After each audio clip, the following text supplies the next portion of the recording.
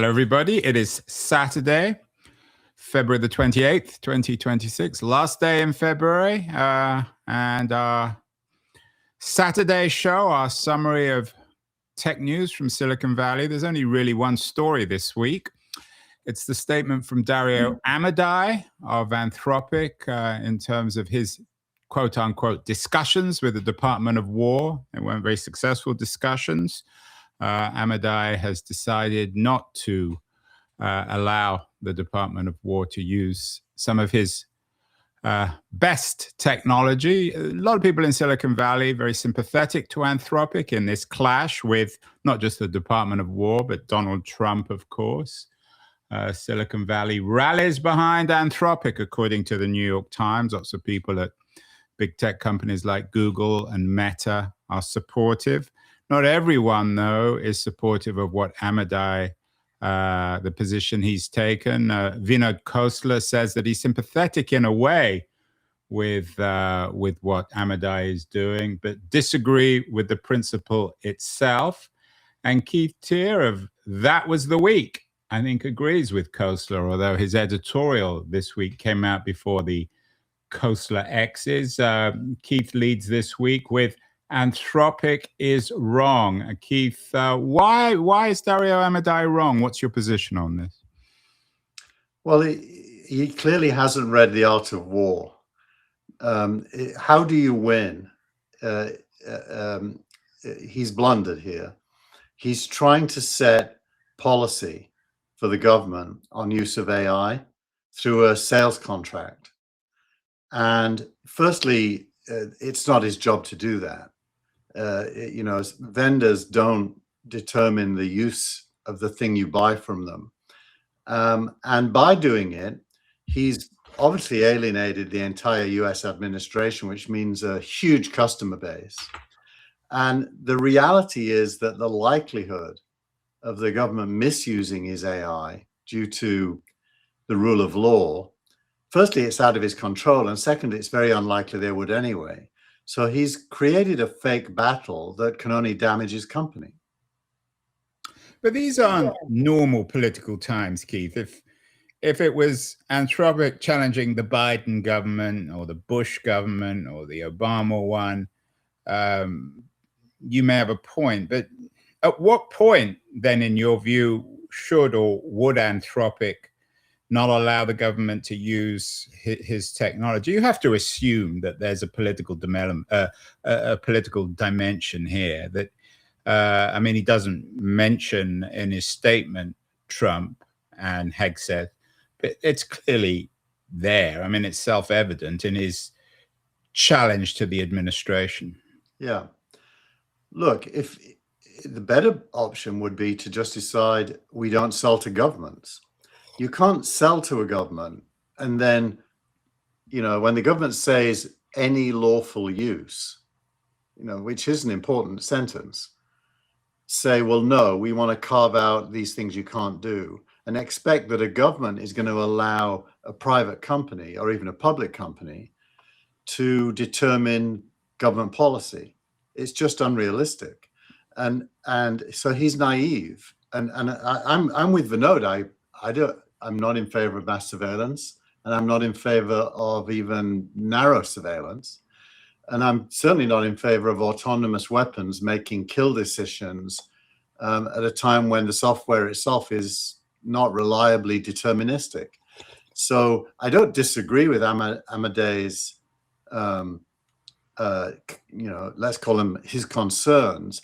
I'm giving him some business advice here. The best way to pursue his concerns isn't to do what he did. But that's all very well. He doesn't need business advice from you. He's quite enough of a grown-up, I think. And this is not a business decision. It's obviously not a business decision. He's taking a position against the Trump administration, for better or worse. So if you want to argue on business terms, you're obviously right. If you want to make money, you sell as much of your technology as you can. But that's not the position he's taking. Well, it isn't money. My main point isn't about money. It's about who controls policy. And that's more of a point about democracy. None of us want private companies to make policy. they're allowed to be lobbyists. They're allowed to have opinions. They're not policymakers. So policy belongs with the legislature and the people who elect them. And there is no current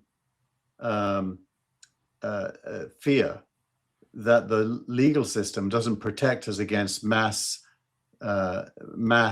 surveillance of the US population, because as we've seen in recent history, there are laws against that, but the government does it anyway. The guy who had to go to Moscow, what's his name? Witkoff? No, the guy who was a Secret Service guy who leaked that there was mass surveillance going on with the British government in cahoots. Very famous guy. Famous we can't remember his name. Anyway, that guy. So there's a long history of mass surveillance. We know it happens. Anthropic isn't going to have any impact at all on the reality of that. So it's a fake misfire by Amodei. I'd be fine if he just said we're not selling to governments. That's our policy. I don't have a problem with that. It's trying to set policy that's a problem. So I wonder, I take your point, but this was a week when OpenAI, Anthropic's competitor, raised $110 billion, the largest private funding round in history. Altman apparently reached a deal with the government, the kind of deal that Amodei rejected. But I wonder, in retrospect, Keith, whether this might speak to the change in power between corporations and the state. I mean, you keep on talking about, well, government and private companies, but these private companies are increasingly powerful, increasingly wealthy. And the government, for all Trump or Hegseth's bluster, seems increasingly marginalized. So I wonder whether in the long term, Anthropic's challenge to the US government might speak of the shift in power between private companies and the state. The word power might be too big a word, but I think you're right that let's call it influence. The influence of technology companies in particular on government has increased, certainly during this administration. I think in the last administration it was the opposite due to the regulatory zeal. They went apart, but I think the influence has increased. I wouldn't characterize it as power, because I think we all know that Trump is not somebody to accede power to a third party. So he clearly is using them for his own ends as opposed to giving them authority. And personally, I think it's a good thing if the main drivers of GDP growth have a seat at the table in the conversation. That's fine. When they step over the line of thinking they are the ones who set policy, that is not fine. And I say that despite the fact that this is the Trump administration, and many people would say, well, it's better if anyone else is making policy. I don't agree with that. Democracy is founded on elected officials making policy through legislation, and you can't subvert that just because you don't like the current administration. But again, I wonder whether technology is so powerful and is so privatized now that this is almost unavoidable. I mean, back in the nuclear age, Oppenheimer, for all his ambivalence about the nuclear bomb, couldn't say, well, I'm not going to give my bomb or my technology to the government, because he was employed by the government, because he worked for them. Now what Amodei has at his fingertips within Anthropic is not something that the government has. Maybe Sam Altman has it at OpenAI, and he's done this deal with the government. But who knows in future what kind of relations will exist between OpenAI and the government? So something's changed, hasn't it? Well, there's an enduring theme that goes back maybe as long as 15, 20 years, which is the globalization of tech leads to a separation of interest from domestic corporations, which are more and more global, and national governments. And all over the world, national governments have reacted with, regulatory zeal, fines, sometimes huge fines, especially in Europe. And there is, we are living at a time in history when the nation state is too small an institution for a corporation that has a reach much greater than a nation state. And that tension is real and always arises in any globalizing setting. At the same time, it's intensified because nations are deglobalizing and shrinking back into their regional zones, and corporations are not. Right. And so you have someone like Trump, who's a sort of a wannabe 19th century Tin Pot dictator invading countries at his will or his whim, and then forgetting about them the next week and invading somewhere else. And then you have the real powers of Anthropic or OpenAI or Google. So yeah, by the way, we have a couple of viewers, one on LinkedIn, Robert Murray, who reminds us it was Edward Snowden we were trying to think about earlier. It shows how significant he was. And then the second one is from Scrap Metal Husband on YouTube, saying he thinks the reliance of the government on tech companies has increased. It isn't so much the tech companies' influence, it's the government relying on them. Well, I think he's wrong. That shows the value of democratic input, Keith. I'd switch these things off. Kosler argues that we need these, he's critical of Amodei. I'm quoting from an ex he posted, and Putin will adhere to it, and China didn't do gain of function research and cause COVID, probably accidentally. Do you trust Putin and Xi? That's all very well, but on a day where Donald Trump has invaded or is at least declared war on Iran, I mean, one could argue, Amodei might, certainly a lot of people in Silicon Valley, there's not a great deal of difference between Putin and Xi and Trump. Well, the biggest difference is the belief in, ultimately in democracy. You keep on using this D word. You don't sound very convinced, Keith. Well, it's certainly the case that the gains we've made in political organizations since feudalism are something to be defended and protected. That's definitely true. It is true that Putin... That's another very vague response. I mean, we're not talking about advances since feudalism. We're talking about America in 2026. Well, America in 2026 is dangerous because America is relatively declining as a global power, is having to rely more and more on shrinking back into its borders, hence the discussions around NATO and the EU spending more money on the military. It's a bunch of bilateral relationships. Increasing diplomacy with China becomes important, and Putin for that matter. And so a shrinking or declining power, which happens to be the world's biggest military power, clearly would be of a concern to everyone who isn't the United States. And so that's the reality.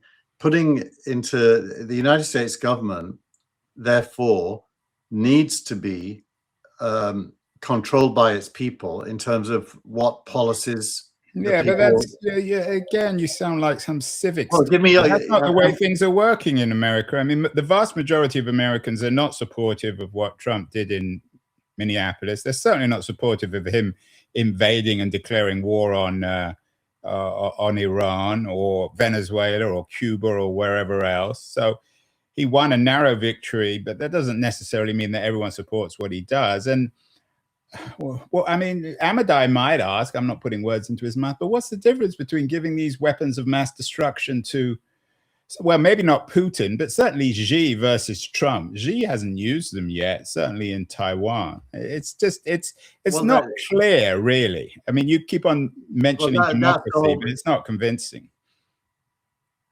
Well, I want to hear from you how you frame it. I'm trying to give you my worldview at this moment in time. I mean, I do think historically, at least, rising powers rarely resort to war. it's almost always declining powers or powers that are struggling to put paid to a previous big power that's declined, like say Germany was doing in the middle of last century. Well, actually, it's interesting. I've got an interview coming up. I did it yesterday, and I assumed I was going to run it on Tuesday, but events have intervened with a Yale historian, Arne Westad, who's just written a book called The Coming Storm, which he compares the current world with the period before the First World War. And he compares pre-World War I Britain with America in terms of decline, and pre-World War Germany with China. So it's an interesting comparison. I think that is an appropriate comparison at an abstract level. I mean, obviously not taking into account any of the specifics about today, but at the big picture level, China is already dominating many industries globally, and is a rising power. America is very similar to Britain, as in the pound was being questioned as a currency of world trade. Now the dollar's being questioned. And it's cyclical. And by the way, my PhD thesis was about why this happens. It happens because of economics. The old get old, and the new. Right. So I'll run that interview actually probably tomorrow. But let's get back to tech. I mean, again, it comes back to. I mean, I'm not saying anything. I'm much more sympathetic to Amodei because I see it as a political response. I mean, clearly. I mean, I don't necessarily disagree certainly with you or Khosla in theory, but in practice, we live in late February or early March 2026, and Amodei is taking position, for better or worse, on the current state of the US government, which he clearly doesn't trust, in my view, quite rightly, whether it's Trump or Hegseth. I don't think he would probably do it in a different administration. But my bigger point is that I think it does reflect the fact that these companies now, again, for better or worse, are so powerful, have so much technology and financial independence, that the fact that Amodei is willing to take the government on publicly is astonishing. And that he's kept his job. There's no rebellion. The investors in Anthropic are clearly okay with it. Sam Altman came out publicly to support him, although clearly he's using it as an opportunity to build better bridges with the current administration. But I think it speaks of the change in power between governments and corporations in the long term. That's my sense. And I don't think you got the same imbalance, to say, between the First World War. No one knows who supplied the British government, for example, with weapons.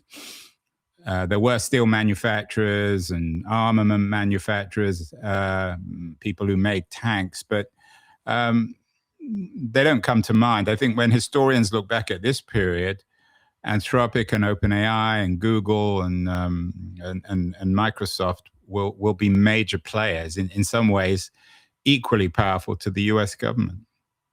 Well, Palmer Luckey's company that produces autonomous weapons is obviously a big part of the right. But Andrew, I know you well enough, and your reputation on being pro-democracy is huge. I suspect you would agree with me that corporations shouldn't set policy. You might agree with, and I do too, the individual beliefs against mass surveillance and against unreliable autonomous weapons. Yeah, and to be clear, let's just be clear, is that Amodei's position is that the government is not that the government can't use Anthropic technology. It's in particular in two areas, what he calls mass domestic surveillance and fully autonomous weapons.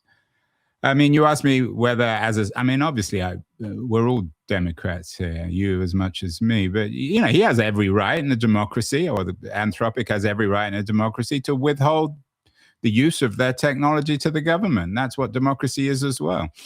There's no obligation, moral or economic or otherwise, to give all your technology to a government. Yeah, but the scenario you've got to consider is if the government had agreed with him. If the government agreed to buy on those conditions, Congress is no longer setting policy.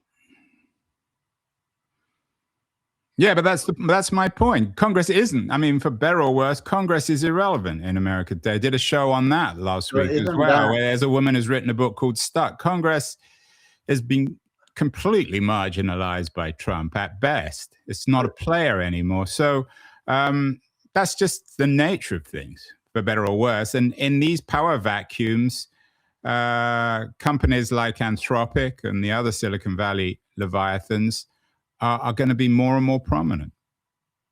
Well, your statement that Congress is irrelevant can't be one that sits comfortably with you, because you're a Democrat and you want the elected. Yeah, but it's not. Obviously, I'm not happy with the situation, but that's the reality. That's the world we're living in today. So would you today, rather, Keith, Trump has announced or he's launched an invasion of Iran. Congress might not even challenge that, let alone be able to stop it. So something's changed. Now you could have a weak Congress and a weak Silicon Valley. Those two things don't go together. But I'm not celebrating it. It's just a reality. Let's just take it to its extreme. If public corporations started doing what happened in the war, in between the wars, which is build private armies, you'd obviously be against that.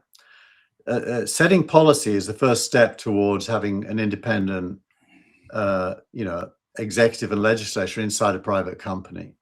So I do think we have to draw a line and say that even if we agree with his spirit, we disagree with his attempt to set policy. I think that's fine. Well, I don't think that's true, because again, you're taking it to the logical extreme. Just because he withholds his technology because of his ambivalence or concern about mass domestic surveillance and fully autonomous weapons, that doesn't suggest that there's going to be an Anthropic army in the future. I mean, those are two quite different things. Yeah, there's a lot of discussion on YouTube about what we're talking about. I won't read it all out, but thank you for This Is My Username and Profit Generation Lab and others for. So who most people on your side or my side on this? I hope it's your side. We have intelligent viewers, so I'd say they're nuanced. I'll read one. It's a nuanced situation, and I agree they have a moral situation. Nuanced. Sorry, and I agree that they have a moral right to withhold their technology. There are other players they can use, as they are doing. By the same token, I also see the other perspective. So, what's the feeling down in Palo Alto, Keith? You're in the heart of Silicon Valley. I sent you this New York Times piece, Silicon Valley rallies behind Anthropic in AI clash with Trump, yesterday, from the New York Times. And you sent me back the fact that COSA disagrees. What do you think the consensus is? Or are people too busy making money and not too bothered one way or the other? It's complicated. Silicon Valley basically splits into two kinds of libertarian: right libertarians, who are typically small government supporters of the administration, and left libertarians, who are typically bigger government supporters of welfare of various kinds. Vinod is a kind of a hybrid. He's very pro-America, militarily especially, and so he sees everything through the prism of being fearful of China. So there's a lot of different strands in Silicon Valley, and I say it's the least harmonious time that I can remember. Well, that's good. I mean, that, again, if you want to use the D word, that reflects the fact that Silicon Valley is a democracy.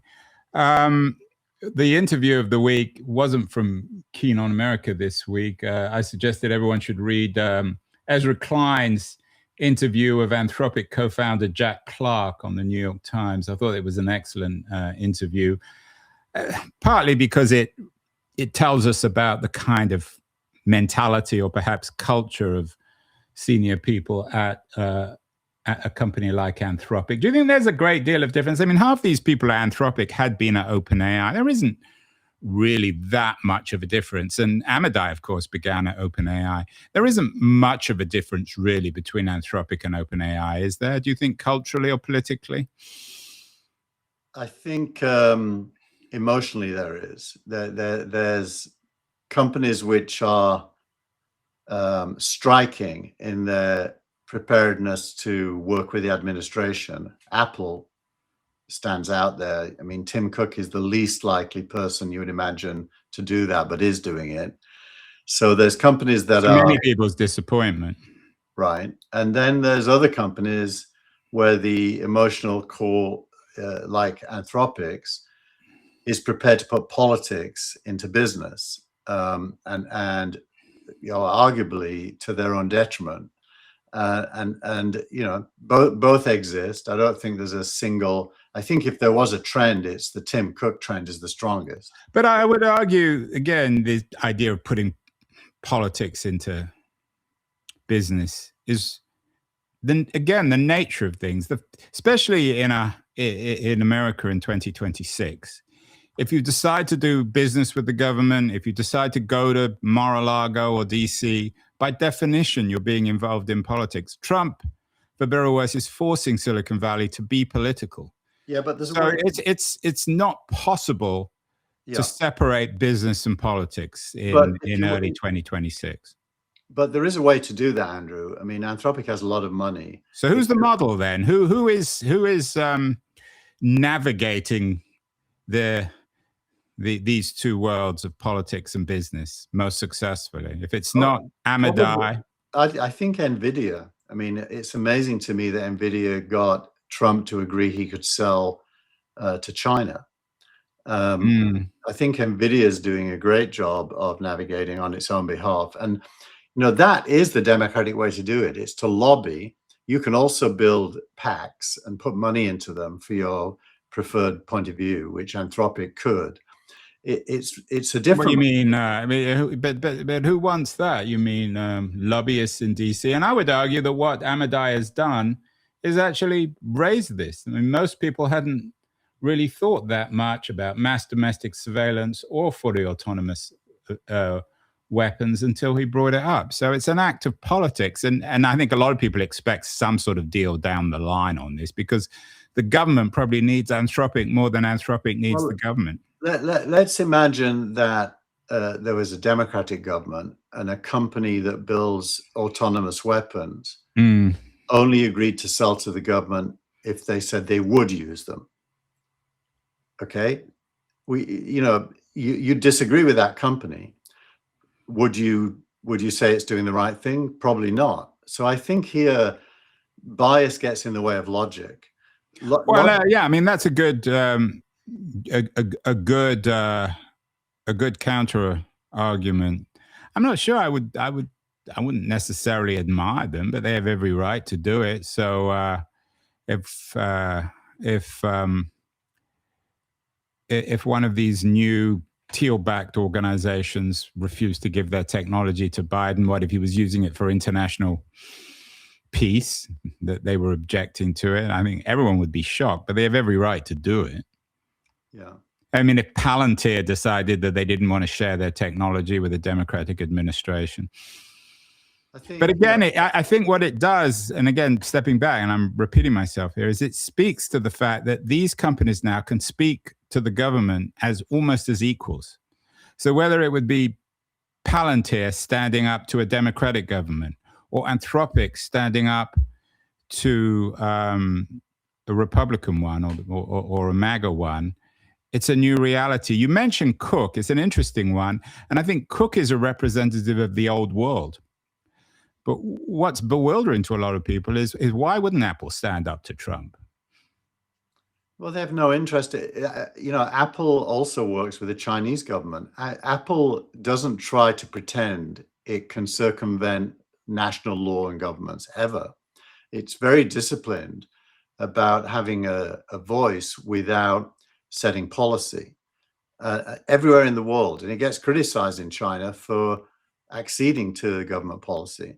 But that's what you have to do, as long as you have a world of nation states with legal systems. So you're admiring that? I mean, Sergey Brin pulled Google out of China and has always been very critical of Google's involvement with any authoritarian government. I mean, these are realities. You have to take a position one way or the other. So you're suggesting that the Apple model of doing business with everyone is more acceptable than Google or Anthropic? Not only more acceptable, it's the only realistic way to exist in a multipolar world of nation states with different legal systems. If you want to be a global business, which all big businesses are, you have to work with an array of different legal systems in order to even be able to exist. And you can still pursue politics, but you pursue it outside of your sales process and your product process. You pursue it in civil society. Yeah, but there's no civil society in China. Google doesn't do a great deal of business. I don't think they do any business in China. They're still a $3 or $4 trillion company. Andrew, have you been to China? The idea that there's no civil society in China is ludicrous. Yeah, but Google. But my point is that Google survives as a very viable company without doing business in China. So what? That doesn't change the point. Well, you just made the point that you have to, because that's the only way a company can operate. I can say you can take positions. You can say, well, China's beyond the pale for one reason or another, or Russia's beyond the pale. No, I agree with that. And that's why I said Anthropic is doing this to its detriment. It is taking a position. It's a wrong position, and it's going to lose significant tailwinds as a company because of the decision. And as Google did in China, Google lost. It doesn't seem to have harmed Google as a company, though. Well, you have to do the math on what it could have made in China if it didn't do it to know. So are you, I mean, I know this is taking it to the ludicrous level, but I mean, you suggesting that companies should just do businesses with all governments at any time because they're businesses and they're in the business of making money, and that's just the nature of things, and you have to adapt or calibrate even with evil regimes? I think, it's fine to choose not to trade with the government as Google did. It's not fine to say, I'll trade if you change your policy to this. Is that what Amodei is doing, though? He is, absolutely is doing that. So what is he saying? What is he saying that Hegseth and the Department of War should be doing? He's putting rules in place for the use of his technology that the customer must agree to in order to buy it. And when the customer is a government, that means you're putting yourself ahead of national rule of law. Yeah, well, as I said, mean, the rule of law does govern. Given what's happening in the US, a lot of people would say that the national rule of law is certainly precarious in the US. Let's move on. I think it's an interesting debate, and it's complicated, but important. The other news this week was the Citrini research came out with a white paper, which had a great deal of impact on Wall Street, very dramatic. Tell us about the Citrini research, Keith, and why it had such a dramatic impact when it comes to AI and jobs. Well, it was a fictional extrapolation of over the next 2 years of what happens if AI succeeds. So it wasn't doomer as in AI will fail. It's AI will succeed and lots of white collar jobs will go. And then other things will kick in. And it concluded that the economy would collapse, at least initially. GDP would collapse. And software would disappear as a item. And, that's enough of the flavor. I'd recommend everyone goes and reads it. It is in this week's newsletter, thatwastheweek.com. And which, by the way, is not yet published. It'll be published later today. And there was a massive counter reaction to it, saying it was simplifying and over extrapolating and so on and so forth. But it did lead to a very large crash in the software part of the stock market on Monday, which has recovered since, by the way. And the other piece of news, which is, and not everyone, of course, agrees, you link with a piece by Noah Smith, very good columnist, which suggests that this Citrini post is just what he calls a scary bedtime story. But if you have enough scary bedtime stories, people begin to believe them. Yeah. Well, look, the truth is nobody really knows what the next 2 years look like. We all have models in our head of what we think will happen. And the range of those models, depending on each individual, it goes from a Gary Marcus kind of view of the world, which is this is all BS and nothing's going to happen, through to this is real and there won't be any white collar jobs 2 years from now, and then robotics will kick in and there won't be any manual jobs. And then their opinion divides further into that's a good thing or that's a catastrophic thing. Yeah, but that's it's not all fictional, because the other big news, and certainly to be read in parallel with the Citrini research report, and this is a real world case where Jack Dorsey at Square announced cutting 40% of its workforce because of AI, and overnight his stock jumped 25%. So this is having a real impact. This isn't just scary bedtime stories. My point of view is that it will make a big impact. I think, first and foremost in software engineering, I think white collar jobs are somewhat safe because the probabilistic nature of current AI means that there have to be humans in the loop, but arguably less humans in the loop. That can certainly be true. And we are on a trend where the social contract between capital and labor, ultimately, if you extrapolate, there is no labor. And so capitalism itself morphs into a capital-only economy where labor is no longer required. That seems a logical extrapolation, and that keys into the narrative that others are putting on the table, especially Elon Musk, about the end of money. Yeah, I'm not going to go. That's my red flag. We're not going to go into that one. But finally, I wonder whether, in Amodei's mind at least, this issue, if it is indeed true, if indeed X%, whatever it is, 30, 40, 50% of white collar work is going to get lost in the next 2 or 3 or 4 years, at what point does Amodei say, it's not just mass domestic surveillance and fully autonomous weapons, it's the use of AI to destroy jobs?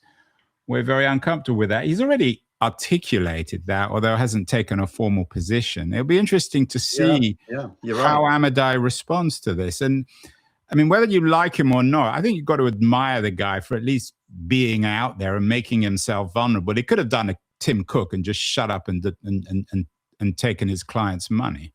I don't actually admire him. I think he's unsophisticated in diplomacy and negotiation. And I think if he's unsophisticated, then I rather like that. Maybe we should admire his lack of sophistication, in contrast to, say, Tim Cook, who I guess in your mind is sophisticated, although not much of a moral model, I think, for people.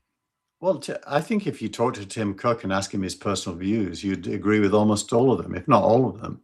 But isn't that the point, that you would agree and you'd like him, and he's clearly a progressive character. He probably behaves very well in his private life, and yet he's not willing to stand up to evil. Well, as the CEO of I mean, this comes back, Keith, to the what we've been talking about in the context of being CEO of Apple.